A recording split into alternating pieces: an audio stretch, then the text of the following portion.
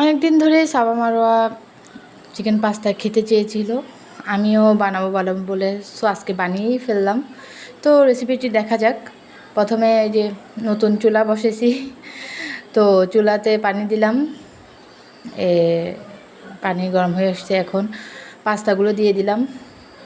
এই যে দেখতে পাচ্ছেন মাগরিবের সময় ছিল, ওই যে চাঁদ দেখা যাচ্ছে, চাঁদটা মাশাআল্লাহ অনেক সুন্দর। এই যে আমার পাস্তা প্রায় সেদ্ধ হয়ে আসছে, আমি শুধু নেড়ে দিচ্ছিলাম, কারণ পাস্তা নিচে দিয়ে লেগে যাওয়ার সম্ভাবনা থাকে, নিচে দিয়ে লেগে যায়, যার কারণে বারবারই নেড়ে দিচ্ছিলাম।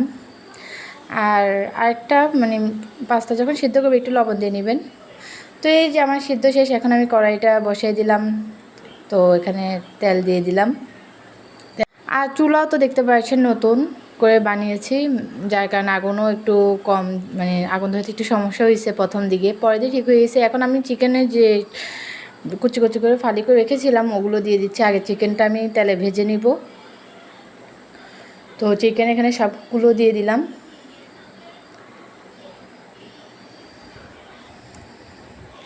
এই তো এখন এগুলো একটু নেড়ে দিব, নিচে দিয়ে যেহেতু লেগে যাওয়ার সম্ভাবনা থাকতে পারে। তো চিকেন থেকে তো সাধারণত একটু পানি বের হয়েছে, যার কারণে একটু সময় নিচ্ছে। এখন আমি এখানে হলুদের গুঁড়ি দিয়ে দিব। হলুদের গুঁড়ি আপনার আধা চামচ বা চাইতেও কম দিতে পারেন, যদি আপনার হলুদের কালার ভালো হয় বেশি, তাহলে মানে আপনি পরিমাণ মতোই দিবেন। আর এখানে আমি দিয়ে দিলাম জিরা গুঁড়ো 1 চামচ। তারপর এই যে আবার নেড়ে নিব, কারণ নিচে দিয়ে লেগে যাওয়ার সম্ভাবনা থাকতে পারে, যার কারণে বারবার একটু পরপরই নেড়ে নিতে হচ্ছে। এই যে কালারটা কত সুন্দর আসছে না? তো এরপর আমি এখানে চিকেন যখন ভাজি হয়ে গেছে, আমি এখানে পেঁয়াজ কুচি রেখেছিলাম, পেঁয়াজ কুচিগুলো দিয়ে দিচ্ছি। তো পেঁয়াজ কুচিটা আমি একটু ভেজে নিব। তো রান্না বান্না মোটামুটি সব সময় করা হয় বা সব সময় করি, এর মধ্যে বাচ্চাদের যে প্রিয় খাবারগুলো সেগুলোও চেষ্টা করি মাঝে মধ্যে তাদেরকে করে খাওয়ানোর জন্য। তো এখানে আমি গাজর কুচি দিয়ে দিলাম। গাজর কুচি দেওয়ার পর তারপর এখন আবার এখানে কাঁচামরিচ ফালি করা ছিল যেগুলো, সেগুলো দিয়ে দিয়েছি। যেহেতু চুলা মানে নতুন চুলা বানিয়েছিলাম, শখ করেই বানিয়েছি, তো এখন চুলাটাও মানে ভিজা ছিল, যার কারণে ধোঁয়াও প্রচুর উঠতেছিল, মানে ভিডিও করতেও একটু সমস্যা হয়েছে। যা মানে আমি বিকেলেই আসছিলাম, আসলে মাগরিবের সময় হয়ে সন্ধ্যা হয়ে গেছে। এখন বাচ্চারা যেহেতু খেতে চেয়েছে, এটা তো করে দিতেই হবে। তো এটা ভালো করে আমি নেড়ে মানে একটু ভাজা ভাজা করে নিচ্ছিলাম। এই যে দেখতেই পাচ্ছেন, এখানে আবার টমেটো ফালিয়েও দিছি।